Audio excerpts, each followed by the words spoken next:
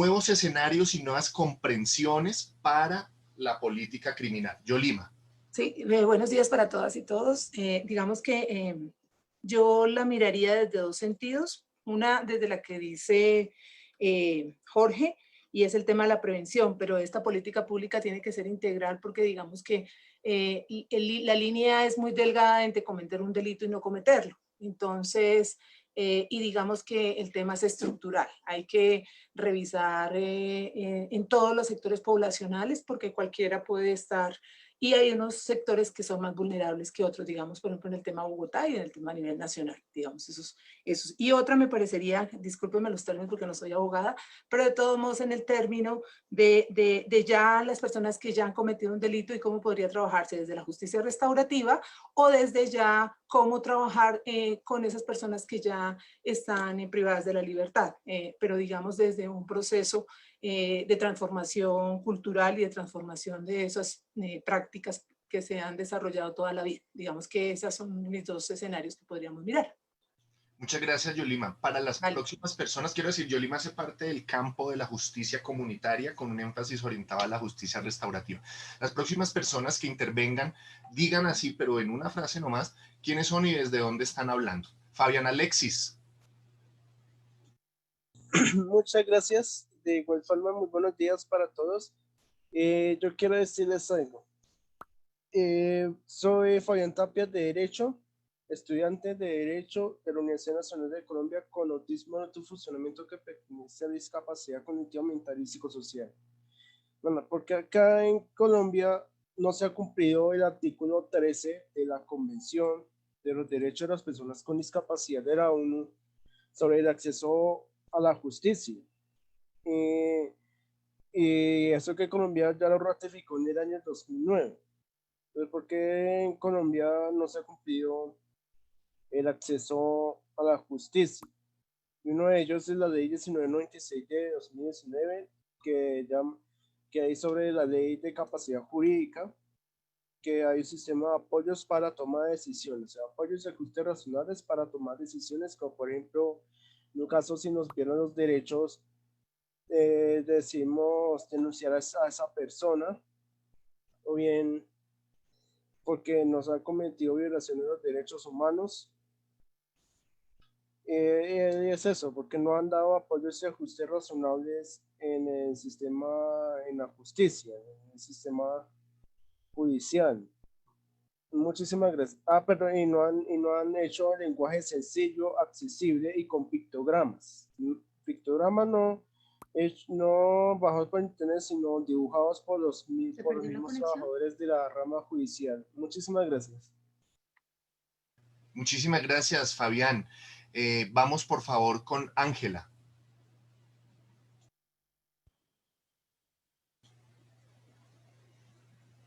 Ángela había levantado la mano, pero no decía el apellido, entonces, y ya no aparece con la mano levantada. Entonces vamos a hacer lo siguiente, seguimos con Wilson Pineda, que tiene la mano levantada. Te agradecería prender cámara y activar micrófono. Y minuto y medio. Buenos días, cordial saludo, ¿me escuchan? De acuerdo. Bueno, me presento, Wilson Pineda, hago parte de la Veeduría Nacional de la Participación y Acción Comunal Venacon. Nuestra misión, nuestro objetivo misional es hacer vigilancia, seguimiento y control a todos los entes territoriales que ejercen IBC a la acción comunal en el país. Aproximadamente 65.000 juntas de acción comunal, un promedio de 8 millones de afiliados. Dentro del tema de la política pública criminal, por supuesto hablo como líder comunitario, no soy abogado, simplemente soy un empírico y en la cotidianidad pues nos ha enseñado con golpes, con agresiones, con amenazas, con insultos, por nuestra labor social de vigilancia, seguimiento y control a la acción comunal. En ese sentido, quiero hacer una reflexión sobre el tema de la gestión pública ciudadana. Nos gustaría que incluyeran ese tema. Cuando hablamos de gestión pública ciudadana, hacemos referencia a la responsabilidad civil, penal u otra que un líder comunitario adquiere al momento de recibir una delegación por parte de una comunidad. Me refiero, un presidente de una junta, un presidente de un consejo de administración de una copropiedad, etcétera, etcétera. A veces siempre exigimos derechos, pero nunca nos miramos a un espejo y damos resultados o en el tema de los deberes. En ese sentido, por supuesto, son las reflexiones que nosotros generamos desde la veeduría, en el sentido de que si yo como líder comunitario, así como aporto muchísimo a la comunidad con mis acciones negativas, hago daño y perjudico la misma, debo ser sancionado. Desafortunadamente en el gremio comunal, cuando se generan acciones por parte de los entes IBC, estoy hablando de usufructo del espacio público, amenazas, procedimientos inadecuados, no rendición de cuentas, únicamente se queda en ese ámbito comunal, no trasciende antes de control como Procuraduría, Contraloría, por supuesto mientras persista la sanción. Y lo mismo sucede con otros espacios de participación ciudadana, en donde el líder siempre se lava las manos cuando hace acciones negativas y siempre culpa al Estado colombiano. Entonces, en ese sentido, sí nos gustaría que se mirara, creo que ya la Fiscalía General de la Nación ha hecho mesas de trabajo sobre la gestión pública ciudadana, en el sentido de la responsabilidad que yo adquiero como líder y mi compromiso que debo tener siempre de actuar con transparencia y lucha frontal contra la corrupción.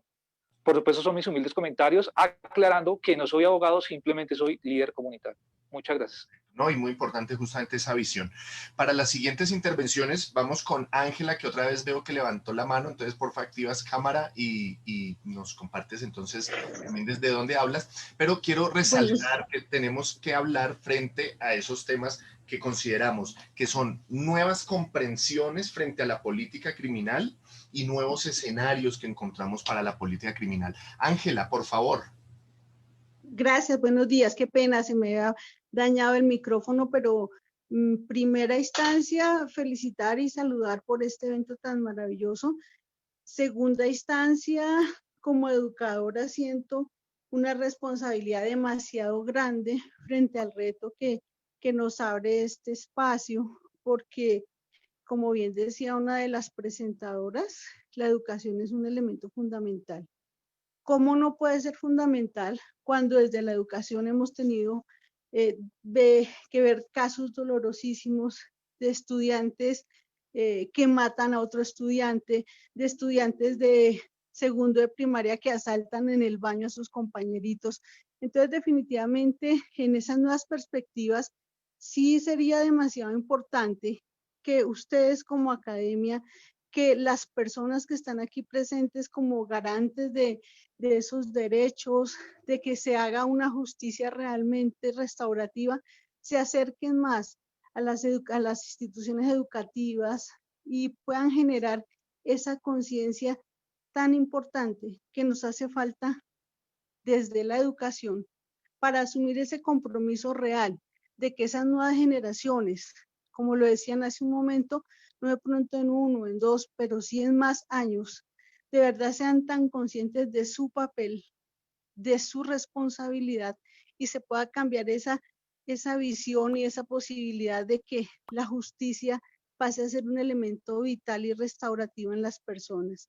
Agradezco infinitamente y mi invitación es a eso, y obviamente como educadora pues ya llevo demasiadas inquietudes, demasiados elementos de mucha importancia para poder empezar a trabajar desde allí, desde el aula, desde la escuela, en donde tenemos las familias inmersas, en donde tenemos muchísimas representaciones de la sociedad que tenemos que empezar a interactuar y que tenemos que empezar a socavar allí en esas raíces para que definitivamente cambiemos el concepto de lo que es vivir en sociedad. Muchísimas gracias. Gracias, Ángela.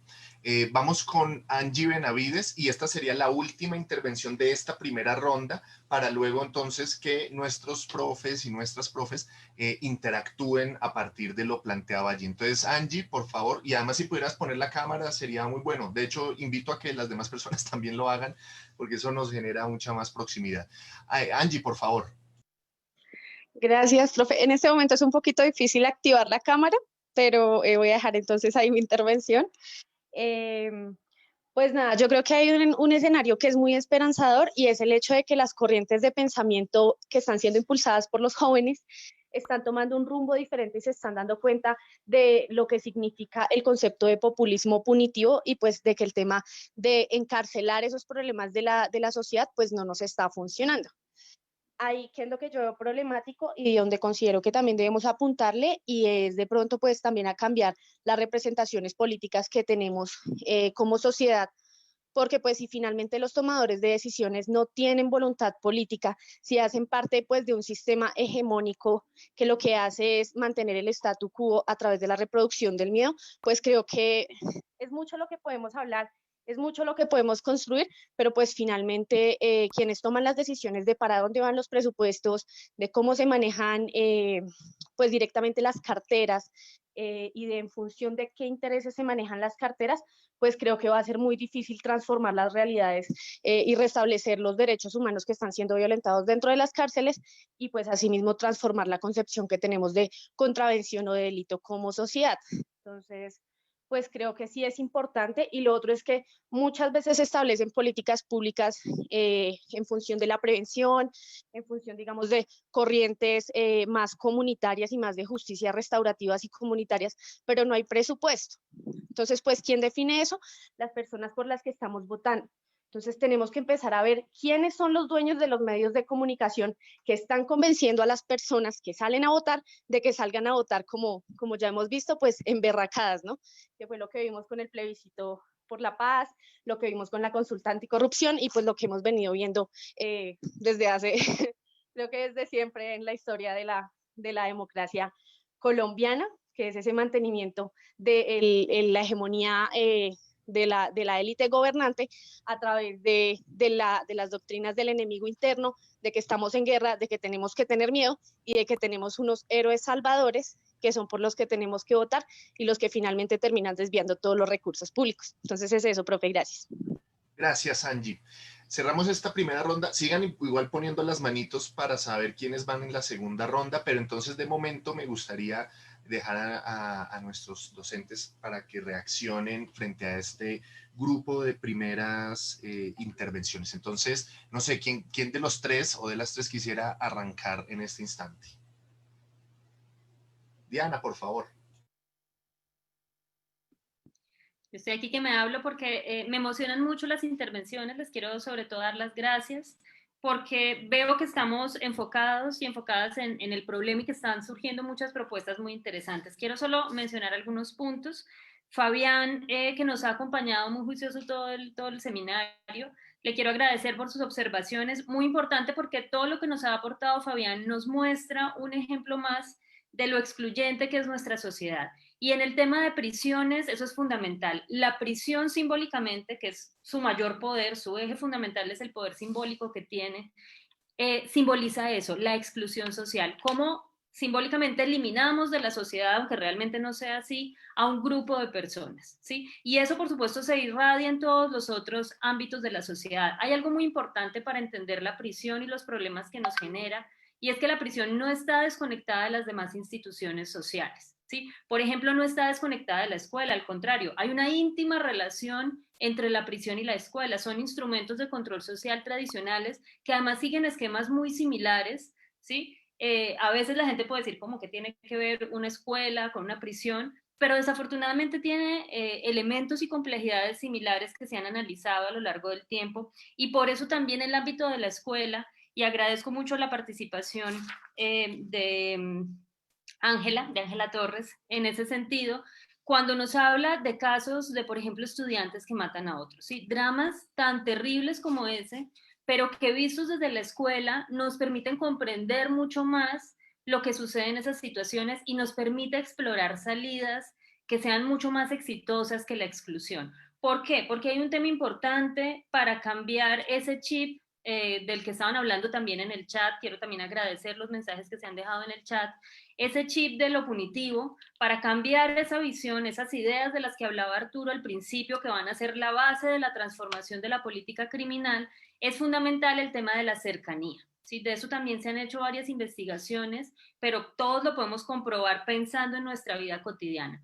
Cuando la persona que comete un daño a otra, sea o no un delito, es cercana a nosotros, podemos entender por qué realizó esas acciones. No lo justificamos, no estamos de acuerdo, pero lo entendemos y dialogamos y buscamos alternativas a veces diferentes al castigo.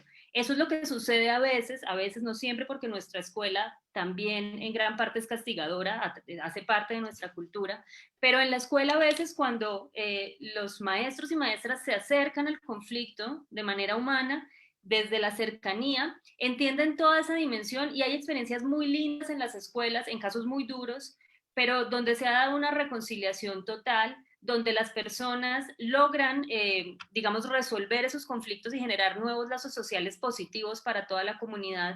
Y esos ejemplos nos sirven mucho como sociedad para llevarlo a ámbitos más amplios, donde simplemente lo que necesitamos es acercar la mirada, enfocarnos en el problema humano que hay detrás de cualquier delito para darle soluciones distintas al castigo. Entonces yo quiero agradecer mucho eso, esos aportes de Fabián y de Ángela, bueno, y de todas las personas que han venido mencionando esto, porque la educación, por supuesto, es algo fundamental y para todo requerimos presupuesto. Y entonces, claro, el tema del presupuesto es donde tenemos que ver cómo nos organizamos para solicitar ese presupuesto, para exigirlo si es necesario, pero también para ver con el presupuesto que tengamos, aunque sea poco, cómo lo optimizamos. Ayer se hablaba de eso, ni siquiera se está hablando de que se inviertan más recursos. Hoy ya se invierten muchísimos recursos en la prisión y son recursos perdidos. Entonces debemos reenfocar esos recursos para, digamos, programas que sí nos ayuden como sociedad. Listo, muchas gracias, profesora. Jorge, Catalina, ¿quién de los dos continúa en esta intervención? Bien, pues si quieren, a mí me parece que la discusión que se está dando es muy clave porque yo sí creo que en esto no se puede mirar un poco el tema de negro o blanco. Yo creo que hay muchos matices y justamente también un poco lo que plantea Diana, creo que es importante tratar de ponerse como en los zapatos de la otra persona. Yo en lo personal creo que hay conductas que merecen ser sancionadas, pero esa sanción no necesariamente debería implicar el castigo como sufrimiento del otro, sino creo que habría que mirar y el debate centrarlo mucho más en qué tipo de sanciones y la naturaleza de esas sanciones, ¿no? Y eso debe estar también atravesado por cómo medimos el daño, por cómo medimos qué hechos son realmente graves, y buscar sanciones que, por supuesto, sabemos que la prisión no resuelve nada, al menos el tipo de prisión que tenemos, pero yo creo que sí hay muchas posibilidades más allá de la privación de la libertad, porque finalmente, digamos, el destierro o en este caso el encierro, pues no resuelve nada, no recompone ese sistema y esa relación social que se ha desajustado, y eso me lleva justamente a hablar un poco lo que planteaba en el inicio Yulima, y es qué es la integralidad. Muchas veces se habla que las políticas públicas tienen que ser integrales, pero eso integral se queda como un apellido, ¿no? Sencillamente ahí en el papel. Y yo creo que la integralidad pasa por lo que ustedes han mencionado, y es por el territorio, digamos, una política pública que no tiene un territorio en el que se implementa y que no tiene una población que se apropia de ella, es una política pública que está condenada al fracaso, digamos, porque creo que lo fundamental acá es la manera en que, como lo decían ahorita, la gestión pública, comunitaria, los educadores, los liderazgos juveniles se apropian de ciertas y se empoderan de ciertas posibilidades y alternativas en materia de política pública que no deberían estar solo, digamos, en manos del Estado. ¿Sí me hago entender? Es decir, yo creo que aquí no hemos dado una discusión y es qué pasa después del Estado. Un Estado, por ejemplo, interviene en un territorio, implementa, ejecuta unas inversiones, ¿y qué pasa después de eso? ¿Cómo las comunidades se apropian de eso que se ha construido y cómo las comunidades también generan unas reglas, unos códigos propios? Que yo creo que aquí lo que valdría la pena explorar mucho es el tema del control social informal. Yo creo que nosotros como sociedades o como comunidades debemos tener la posibilidad de comunicarle a ciertas personas que hay conductas que no están permitidas y que no se valen, digamos, me voy a entender. Y creo que hay muchas experiencias, por ejemplo, en el caso de Medellín, la relación entre las madres comunitarias y determinados combos de la ciudad ha estado mediada también por ese diálogo de decirles, oiga, mire, un momento, aquí estamos nosotras y ustedes tienen que respetar, ¿cierto? Yo creo que hay que construir ese tipo de empoderamientos comunitarios, bien sea en lo juvenil, desde lo educativo o desde lo comunal propiamente, pero es clave que el Estado esté allí, digamos, que haya, digamos, sanciones, que esa sanción esté mediada por las alternativas a la privación de la libertad. Creo que habría que buscar mucho más cuáles son los matices que podemos encontrar entre el negro o el blanco. Perfecto.